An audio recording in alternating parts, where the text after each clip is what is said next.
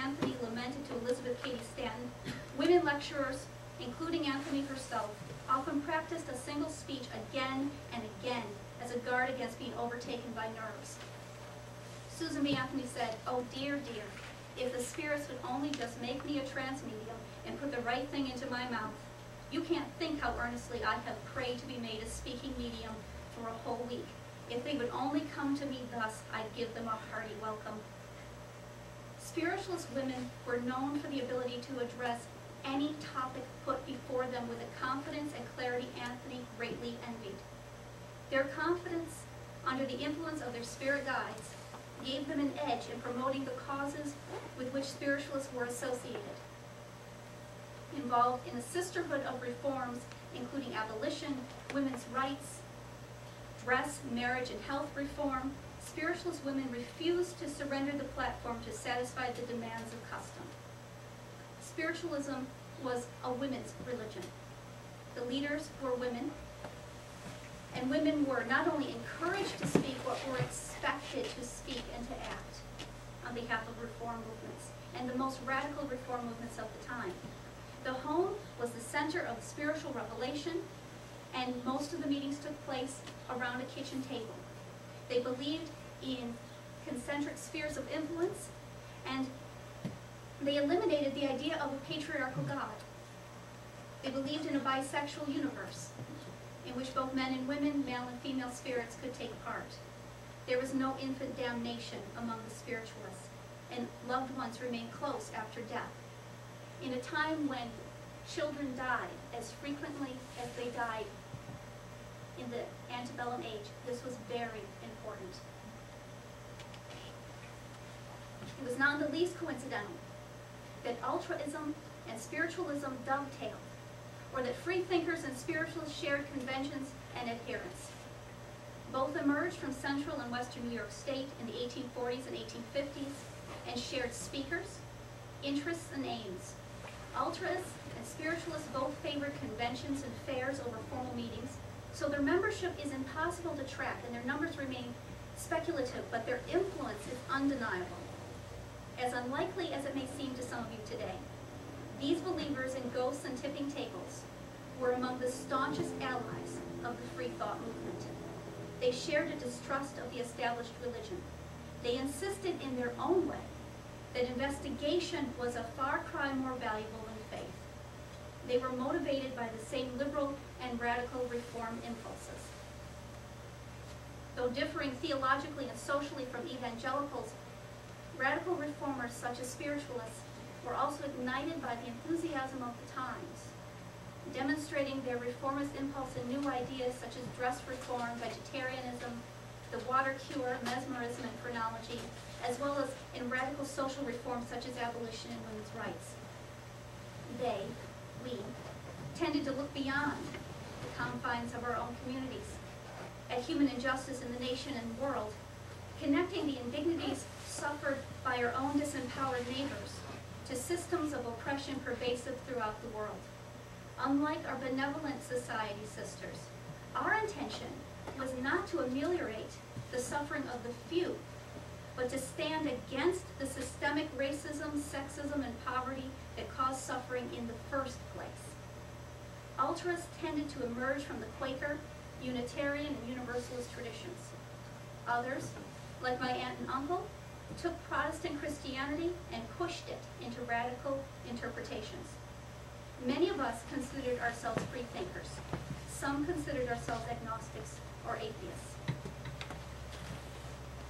Even when we shared our evangelical neighbors' spiritual intensity, we tended toward humanism, believing that faith in the rational goodness of human beings was of greater help than mindless devotion to ancient scriptural authority and the men who enforced it. Among ultraists, spiritualism had broad appeal and attracted free-thinking radicals to action when the more cerebral forms of free thought fell short.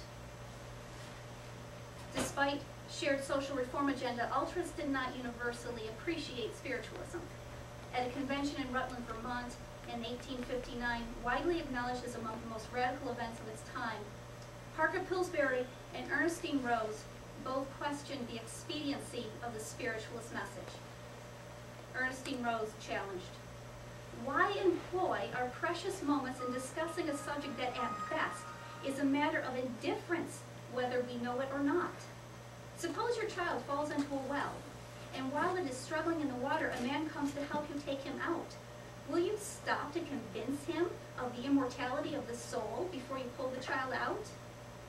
Even spiritualists sometimes ask this question, as did Lucy Coleman, who attended an anti-slavery meeting in Michigan with Amy Post. Both women, including Amy Post, were spiritualists but could see no propriety in turning an abolition meeting into an experience meeting for spirits.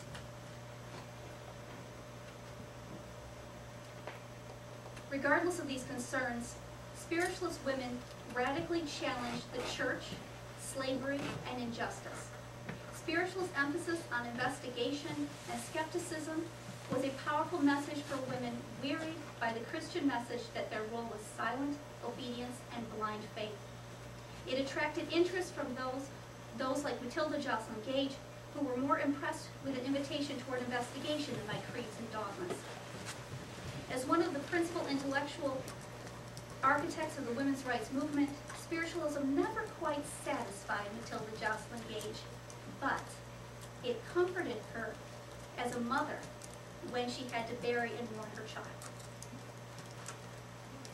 It encouraged women away from orthodoxy. It was romantic, it was irrational, but it was based on experience, not doctrine. Spiritualists tended to be pantheistic, seeing the spirit of the universe as more important than any personal God. Many of them were non-theistic. They didn't see that God was relevant, and so they paid attention to the spirits, who were people they knew, and not to things beyond what they could experience and feel. And so the rather unexpected result of burned-over revivalism and millennial perfectionism was an increasing independence of thought, born out of our radical engagement with what we saw as issues of the soul. In secular terms, these were issues of ethics, of equality, of liberty. We followed Mrs. Mott's dictum to accept truth for authority and not authority for truth. So you have asked me here today to speak about the radical religion and reform in burned-over district, and this I have done. I ask you now, from my place and time, will you not also speak? My friends, however fabulous our flaws, however primitive and naive you may find us, we have fought the good fight. And whatever we accomplished, history has now closed on us. We bequeath the fight to you, our descendants, and implore you to take heart. We staked our fortunes, our reputations, and even our lives on the belief that it is better to reject the God of our fathers than to perpetuate the injustices required by faith. You will find our investigations clumsy, undisciplined, even superstitious. But again, to paraphrase Lucretia Mott, we were willing to incur ridicule, to become a spectacle to angels and to men if we thereby awakened any to a sense of what the times demanded of them. We implore you to have courage to do more than approve of the courageous acts of the past. Are there any left among you who suffer under poverty, ignorance, and prejudice? What will you risk for the sake of equality? What will you dare? What will you sacrifice?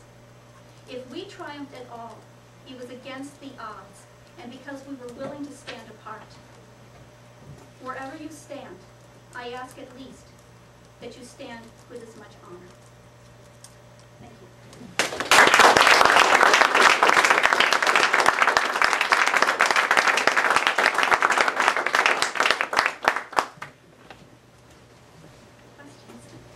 Just a quick comment.